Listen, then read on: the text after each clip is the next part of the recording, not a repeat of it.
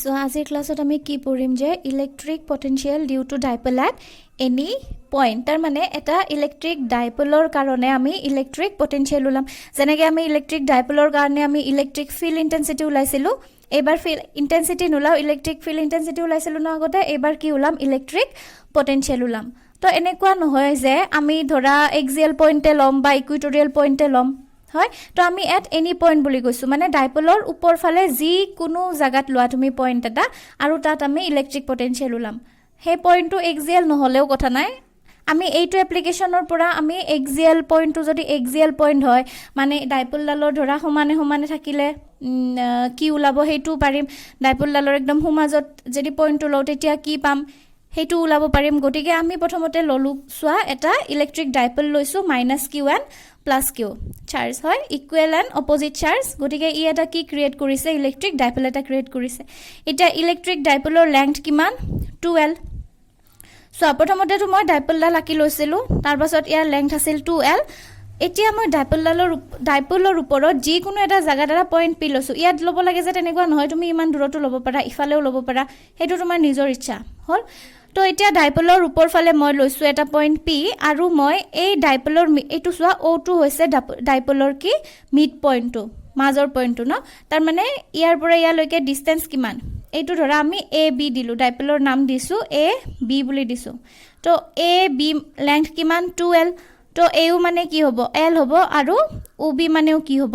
L হ'ব তো এতিয়া ডাইপলৰ মিড পইণ্টৰ পৰা আৰ ডিষ্টেঞ্চ দূৰত মই এটা পইণ্ট পি লৈছোঁ এই দুটা লেংথে আমাৰ মোষ্ট ইম্পৰ্টেণ্ট এটা হৈছে ডাইপলৰ লেংথ আৰু এই পইণ্টটো ডাইপলৰ পৰা কিমান দূৰত লৈছোঁ মানে ডাইপলৰ মিড পইণ্টৰ পৰা কিমান দূৰত লৈছোঁ আমাক এই দুটা লেংথে আমাক লাগিব আমি যেতিয়া পটেনশিয়াল ওলাম ঠিক আছে তো এতিয়া চোৱা পি পইণ্টত যেতিয়া আমি ইলেক্ট্ৰিক পটেনশিয়াল পাম দুটা চাৰ্জৰ কাৰণে পাম এটা পাম তোমাৰ মাইনাছ কিউ চাৰ্জৰ কাৰণে আৰু এটা পাম আমি প্লাছ কিউ চাৰ্জৰ বাবে বুজি পাইছা তো এতিয়া চাবা এই ডাইপলটোৰ লগত এই পি পইণ্টটোৱে যে মইটো যে কানেক্ট কৰি দিলোঁ এটা এংগল ফৰ্ম কৰি আছে হয় এতিয়া যদি ডাইপলটো আছে এইটো ডাইৰেকশ্যনত চোৱা ডাইপলটো আছে এইটো ডাইৰেকশ্যনত এইটো যদি মই একে সমানতে ল'লোঁ হয় তেন্তে ইয়াৰ মাজত একো এংগল ফৰ্ম নহ'লহেঁতেন বাট মই লৈছোঁ পি পইণ্টটো ইয়াত ওপৰত গতিকে চোৱা এই পি পইণ্টটোৱে ডাইপলডালৰ লগত কি এংগল ফৰ্ম কৰি আছে ধৰা হ'ল থিটা এংগল ফৰ্ম কৰি আছে মইতো ধৰি লৈছোঁ যে থিটা এংগল ফৰ্ম কৰি আছে ঠিক আছে মানে B angle B O' P equal to কি পালোঁ মই থিটা পাইছোঁ তো এতিয়া চোৱা দুটা আছে দুটা চাৰ্জ আছে তো দুটা চাৰ্জৰ কাৰণে আমি কি পাম দুটা ইলেক্ট্ৰিক পটেনশিয়াল পাম পি পইণ্টত হয় ইলেক্ট্ৰিক পটেনশিয়ালৰ মই যিটো এক্সপ্ৰেশ্যন আছিল সেইটোতো দিছোঁৱে ইলেক্ট্ৰিক পটেনশিয়ালৰ এক্সপ্ৰেশ্যন কি আছিল ভি ইকুৱেল টু মনত আছে ন কে কিউ বাই আৰ তো এতিয়া চাবা এই পি পইণ্টটো মাইনাছ কিউ চাৰ্জৰ পৰা কিমান দূৰত আছে আমি এইটো ডিষ্টেঞ্চ আমাক দিয়া নাই এইটো ধৰি ল'লোঁ আমি R1 বুলি ধৰি ল'লোঁ মানে আমি ধৰি লৈছোঁ যে এই মাইনাছ কিউ পইণ্টটো পিৰ পৰা R1 দূৰত আছে আৰু প্লাছ কিউ পইণ্টটো পিৰ পৰা R2 দূৰত আছে বুলি ধৰি লৈছোঁ লেটাছ কনচিডাৰ ঠিক আছে তো এতিয়া আমি মাইনাছ কিউৰ কাৰণে পিত যিটো পটেনশিয়াল ইলেক্ট্ৰিক পটেনশিয়াল হ'ব সেইটোক আমি V1 বুলি বুজাম আকৌ প্লাছ কিউৰ কাৰণে যিটো হ'ব সেইটো আমি V2 বুলি বুজাম তো এতিয়া চোৱা আমি V1ৰ ভেলু কি হ'ব আমি পাব পাৰিম পি পইণ্টটো কিমান দূৰত আছে R1 দূৰত ইয়াত কি চাৰ্জ আছে মাইনাছ কিউ চাৰ্জ আছে গতিকে কি পাম আমি মাইনাছ কে কিউ বাই R1 মাইনাছ কে কিউ বাই R1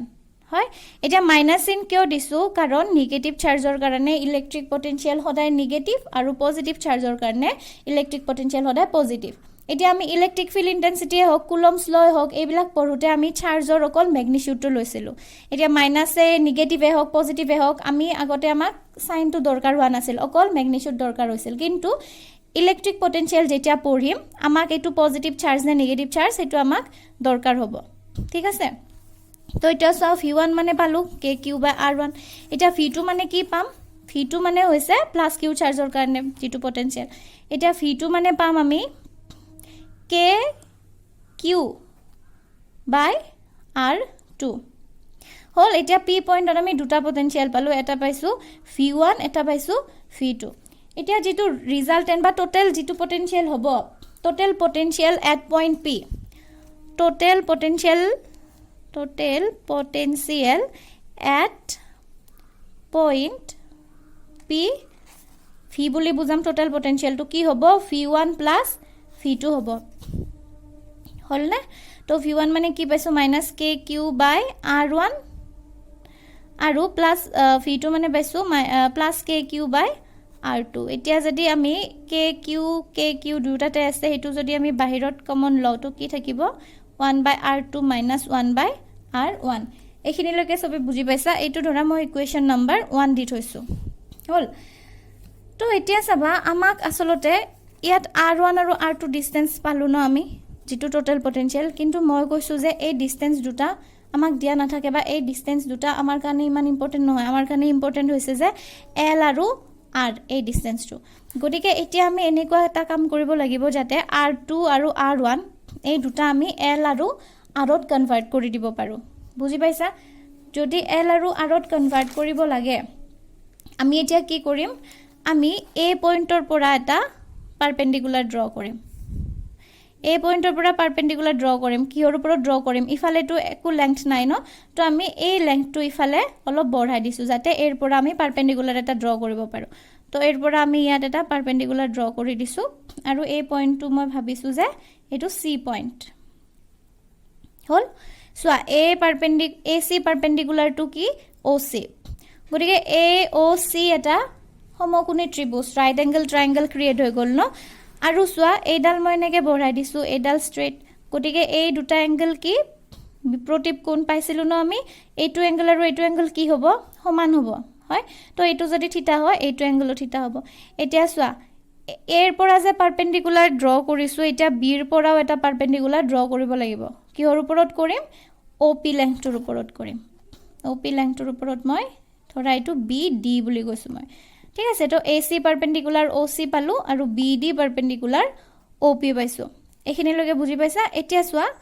এটো যেহেতু পাৰপেন্ডিকুলাৰ ড্ৰ কৰিছো গটিকে BDO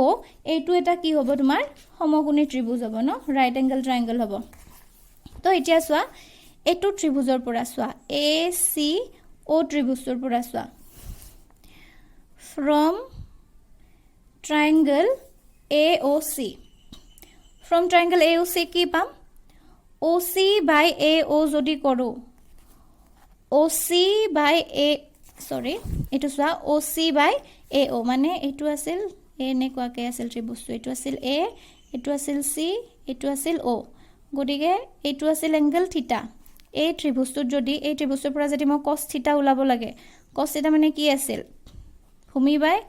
উন্নতি ন তো কি হ'ব সৰি OC by AO হ'ব হয় গটিকে OC by AO কৰি দিয়াৰ লগে লগে মই ইয়াত কি পালো cos থিতা পালো বিকজ এই এংগলটো থিতা বুলি ধৰি লৈছো ন আমি এটো এংগল থিতা হলে এটো থিতা হ'ব গটিকে ইয়াৰ পৰা আমি OC মানে কি এটো আমি উলাব পাৰো OC টো কিয় উলাব লগা হল সোয়া মেইন লেংথ আছিল R ৰ পৰা এখিনি বঢ়াই দিলু ন ইফালে বাঢ়ি আহিল গটিকে এই বাঢ়ি অহাখিনি আমি উলাব লাগে যে ইয়াৰ লেংথ কিমান OC গটিকে OC মানে কি হৈ গল AO cos থিতা হৈ গল এগেইন সোয়া AO মানে কি AO এখিনি আছিল কি ডাইপোলৰ O টো আছিল ডাইপোলৰ মিড পইণ্ট গটিকে AO মানে আছিল L সো আমি OC মানে কি পাই গলো L cos থিতা পাই গলো এখিনি লগে সবে বুজি পাইছা এতিয়া সোয়া আৰু এটা আছে সমকোণী ত্ৰিভুজ from triangle এবাৰ কোনটো লম BOD ত্ৰিভুজটো লম BOD এখিনি আমি কিহৰ কাৰণে কৰি আছো কাৰণ আমি R1 আৰু R2 টো L আৰু R ত কনভাৰ্ট কৰিব লাগে ঠিক আছে আৰু আমাৰ হাতত বেলেগ ৰাস্তা নাই গটিকে আমি এটো কামে কৰিব লাগিব এতিয়া ত্ৰিভুজ লম আমি BDO বা BOD ইয়াত সোয়া BOD ট্ৰায়াঙ্গলটোৰ পৰা সোয়া BOD ট্ৰায়াঙ্গলটোৰ পৰাও যদি cos থিতা উলাই লও cos থিতা মানে কিমান পাম BOD ৰ পৰা যদি cos থিতা উলাব লাগে সোয়া এটো ত্ৰিভুজ BOD এটো আছে সমকোণ আৰু এটো হৈছে এংগল থিতা গটিকে কি হ'ব OD by OB হ'ব এটো হৈছে ভূমি এটো হৈছে লম্ব বা উন্নতি ন তো OD by OB equal to cos থিতা পাম OD by OB এটা ইয়াত OD ৰ ভ্যালু উলাই লব পাৰিম OB cos থিতা আৰু OB মানেও হৈছে কি ডাইপোলৰ আধা মানে OB মানেও L cos থিতা হল আমি কি পালো OC ৰ ভ্যালু পালো আৰু OD ৰ ভ্যালু পালো OC মানে আছিল এইখিনি যত পাৰপেন্ডিকুলাৰ টানিছিলো OD মানে হৈছে এইখিনি লেংথ যত B ৰ পৰা আমি পাৰপেন্ডিকুলাৰ এটা ড্ৰ কৰিছিলো ঠিক আছে এতিয়া চোৱা OC আৰু OD ৰ ভ্যালু উলাই ললো তো এতিয়া চাবা ইয়াৰ পৰা আমি কি কাম কৰিম চাবা এই যেটো নতুন লেংথ এটা পালো PC হয় এই PC লেংথটো অলমোস্ট P এর সমান হয় ধৰিব পাৰিছানে চাবা R1 মানে কি আছিল R1 মানে আছিল AP বা PA হয় AP আছিল এতিয়া এই AP টো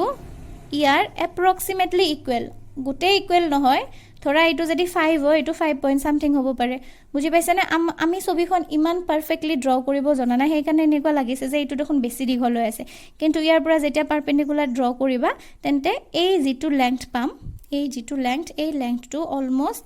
এই ইয়াৰ সমানে হ'ব গতিকে AP approximately equal to কি লিখিব পাৰো মই PC বুলি লিখিব পাৰো বুজি পাইছানে গতিকে R1 is approximately equal to কি হৈ যাব PC হৈ যাব এতিয়া চা PC লেংথটো আকৌ দুটা পাৰ্ট হৈ আছে এটা PO আৰু এখিনি OC গতিকে কি লিখিব পাৰো PO + OC লিখিব পাৰো হয় এটা PO মানে কি আছিল PO মানে আছিল ইয়াৰ পৰা PO এখিনি আছিল R ধৰি লৈছিলো ন মিড পইণ্টৰ পৰা P লৈকে ডিসটেন্স R বুলি PO মানে হ'ব R আৰু OC মানে কি পাইছো চোৱা L cos θ তো R + কি পালো L cos θ পাইছো হল তেনেকে R2 মানে চোৱা R2 মানে আছিল আমাৰ এটো PB এটা PB2 এটো approximately equal to এইখিনিৰ সমান হ'ব মানে PD ৰ সমান হ'ব approximately equal to বুজি পাইছানে PB2 approximately equal to PD হ'ব PD এতিয়া চোৱা PD2 আমি in terms of R কেনেকৈ লিখিম PD equal to এই PD খিনি কেনেকৈ পাম গুটে OP ৰ পৰা যদি OD খিনি মাইনাস কৰো ন এই গুটে খিনি আছিল OP তাৰ পৰা যদি OD খিনি মাইনাস কৰি দিও আমি কি পাম PD খিনি পাম তো আমি কি কৰিম PD equal to OP minus OD OP মানে কি OP বা PO মানে হৈছে R minus OD মানে কি বলৈছিলো L cos θ তো এতিয়া আমি আমাৰ কাম আছিল যে R1 আৰু R2 টো L আৰু R ত কনভাৰ্ট কৰিব লাগে R1 টো কনভাৰ্ট কৰি দিলো R + L cos θ R2 টো কনভাৰ্ট কৰি দিলো R - L cos θ গতিকে এইটো যি ফৰ্মুলা পাইছিলো ইয়াত আমি R1 আৰু R2 ৰ ভ্যালু বহাই দিম তো এতিয়া চাবা এতিয়া আমাৰ টোটাল পটেনশিয়াল কি হৈ যাব KQ2 কমন আছিল ন KQ কমন 1/R2 - 1/R1 এতিয়া R2 মানে পাইছো R - L cos θ গতিকে KQ2 কমন R2 ৰ জগত বহাম আমি R - L cos θ মানে ইয়াত হৈ যাব 1/R - L cos θ আৰু ইয়াত হৈ যাব -1/R + L cos θ এটো আছিল আমাৰ R1 ৰ ভ্যালু এখিনি বুজি পাইছা তাৰ পাছত তোমালোকে ইয়াৰ লসাগু লোৱা মানে LCM লোৱা লৈ ফাইনাল এক্সপ্ৰেশনটো কেনেকৈ পাবা ঠিক আছে বাৰু মই কৰি দেখাই দিছো দিয়া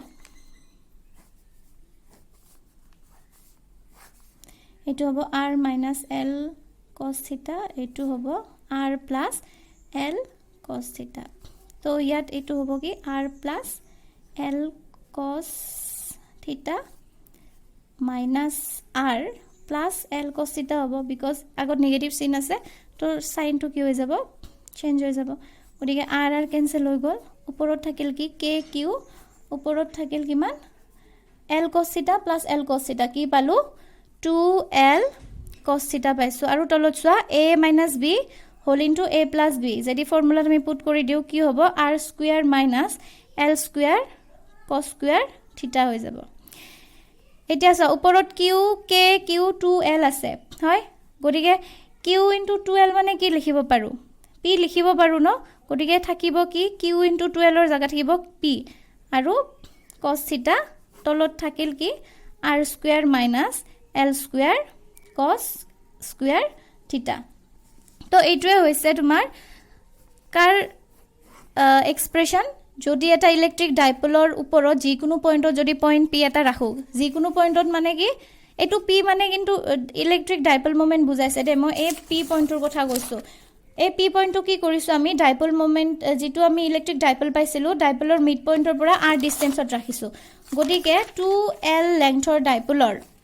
2L লেংথৰ ডাইপল দেই, তুমি যদি ডাইপলটো যদি L লেংথৰ লোৱা এই Lৰ এক্সপ্ৰেশ্যনটো L/2 হৈ যাব, সেইকাৰণে আমি ডাইপলটো 2L বুলিয়ে কনচিডাৰ কৰোঁ। এই L লেংথটো হৈছে ডাইপলৰ যদি লেংথ হয় 10 চেণ্টিমিটাৰ, L মানে হ'ব 5 চেণ্টিমিটাৰ। বুজি পাইছা? ইমান ডাঙৰটো নাপাওঁৱেই, ইমান ডাঙৰ ডাইপল আমি নাপাওঁৱেই, তথাপি মই এক্সাম্পলটো দি দিছোঁ। আৰু থিটা মানে এই থিটা মানে কি? থিটা মানে হৈছে যে পি পইণ্টটো ডাইপলৰ লগত কিমান এংগল কৰি আছে। L মানে হৈছে কি ডাইপলৰ আধা, R মানে হৈছে ডাইপলৰ মিড পইণ্টৰ পৰা পি যিটো এক্সটাৰ্নেল পইণ্ট লৈছোঁ, যিটো পইণ্টত আমি ডাইপল ওলাই আছোঁ তাৰে দূৰত্বটো, আৰু এইটো পি মানে হৈছে কি ইলেক্ট্ৰিক ডাইপল মোমেণ্ট। তো এতিয়া চাবা আমি যদি এক্সিয়েল পইণ্টত লওঁ, এক্সিয়েল পইণ্টত যদি লওঁ ধৰা এইটো হৈছিল আমাৰ ডাইপল -Q + Q, এই পি পইণ্টটো যদি এই এক্সিয়েল পইণ্টত লওঁ তেন্তে কি হৈ যাব কোৱাচোন? থিটাৰ ভেলু কি হৈ যাব? মানে এই একে লাইনতে যদি পি পইণ্টটো লওঁ, এই পি পইণ্টটোত যদি ইলেক্ট্ৰিক পটেঞ্চিয়েল ওলাব লাগে তেন্তে ডাইপলৰ লগত পি পইণ্টটোৱে কিমান ডিগ্ৰী এংগল কৰি আছে? 0 ডিগ্ৰী এংগল কৰি আছে। তো থিটাৰ ভেলু তেতিয়া কি হৈ যাব? 0 হৈ যাব। আৰু তেতিয়া ভিৰ আমি এক্সপ্ৰেশ্যনটো কি পাম? ওপৰত আছিল KP cos 0 ডিগ্ৰী, তলত আছিল R² - L² cos square 0 degree. গতিকে এইখিনি ফৰ্মুলেশ্যন কৰি আমি কি পাম? KP cos 0 1 আৰু তলত কি থাকি যাব? cos 0 1 স্কুৱেৰ মানে 1 হ'ব, গতিকে R² - L² হৈ যাব। এইটো হ'ব কি ফি এক্সিয়েল যদি পি পইণ্টটো ডাইপলডালৰ একে সমানতে থাকে। আৰু যদি আমি ইকুইটৰিয়েল পইণ্ট চাব লাগে, ইকুইটৰিয়েল মানে কি? এইটো যদি ডাইপল হয় -Q + Q, পি পইণ্টটো যদি ইয়াৰে লম্বভাৱে থাকে তেন্তে তোমাৰ এই পি পইণ্টটোৱে ডাইপলৰ লগত কিমান ডিগ্ৰী এংগল কৰি আছে? 90 ডিগ্ৰী এংগল কৰি আছে। তো থিটাৰ ভেলু তেতিয়া কি হৈ যাব? 90 ডিগ্ৰী হৈ যাব। গতিকে থিটাৰ ভেলু 90 ডিগ্ৰী হৈ যোৱাৰ লগে লগে cos 90 মানে কি? 0। গতিকে তেতিয়া গোটেই এক্সপ্ৰেশ্যনটো কি হৈ যাব? এইটো 0 মাল্টিপ্লাই কৰি দিয়াৰ লগে লগে ভি ইকুইটৰিয়েল ইকুৱেল টু কি হৈ যাব? 0 হৈ যাব। গতিকে এই যিখিনি কথা মই কৈ আছোঁ সেইখিনি নোটছ বনাই বহীত লিখি লোৱা, আৰু নোটছটো মোক দেখাবা। এইটো হোমৱৰ্ক, নোটছটো ভালকৈ বনাই দেখাবা। ক'ত কি পইণ্ট ধৰিলোঁ, ডাইপলৰ লেংথ, পি পইণ্টটো কিমান দূৰত লৈছোঁ, এইবিলাক চব কথা নোটছ বনাই আগতে লিখি ল'বা ওপৰত। তাৰপিছত এই ছবিখন ভালকৈ আঁকিবা, ডায়েগ্ৰামটো ভালকৈ ড্ৰ কৰিবা আৰু মোক দেখাবা, ঠিক আছে? মই ডায়েগ্ৰামটো এবাৰ ইয়াত মই ভালকৈ আঁকি দিছোঁ তোমালোকক। এইটো আছিল ধৰা AB, ইয়াত আছিল আমাৰ -Q চাৰ্জ, ইয়াত আছিল +Q চাৰ্জ। তো এইটো হৈছে ধৰা ডাইপলৰ মিড পইণ্টটো, ইমান দূৰত আমি লৈছোঁ এটা পইণ্ট P, হয়? গতিকে এইটো ইয়াৰ পৰা P লৈকে হৈছে R। গতিকে এইটো যদি R, আমি এইটো R1 বুলি ধৰি লৈছিলোঁ। তোমালোকে স্কেল ইউজ কৰি আঁকিবা ধুনীয়াকৈ। এইটো আমি R2 বুলি ধৰি লৈছিলোঁ ন। তাৰপিছত কি আছিল? ইয়াৰ পৰা এডাল পাৰপেণ্ডিকুলাৰ ড্ৰ কৰিছিলোঁ, এইটো বঢ়াই দিছিলোঁ এনেকৈ। এইটো পইণ্ট আছিল C, ইয়াৰ পৰা পাৰপেণ্ডিকুলাৰ ড্ৰ কৰিছিলোঁ, এইটো পইণ্ট আছিল D। এইটো থিটা এংগল কৰি আছিল, গতিকে এইটো এংগলো হ'ব থিটা, ঠিক আছে? এই ছবিখন এনেকৈ ভালকৈ ড্ৰ কৰি ল'বা। আৰু গোটেই ডাইপলটোৰ লেংথ কিমান? 2L। এইখন ছবি ভালকৈ আঁকি ল'বা, কাৰণ ইয়াত অলপ তোমালোকৰ ছবিখন ইয়াত চোৱা চিনি নোপোৱা হৈ আছে যিহেতু, গতিকে ভালকৈ ড্ৰ কৰি ল'বা ছবিখন নেক্সট পেজত চাই, ঠিক আছে?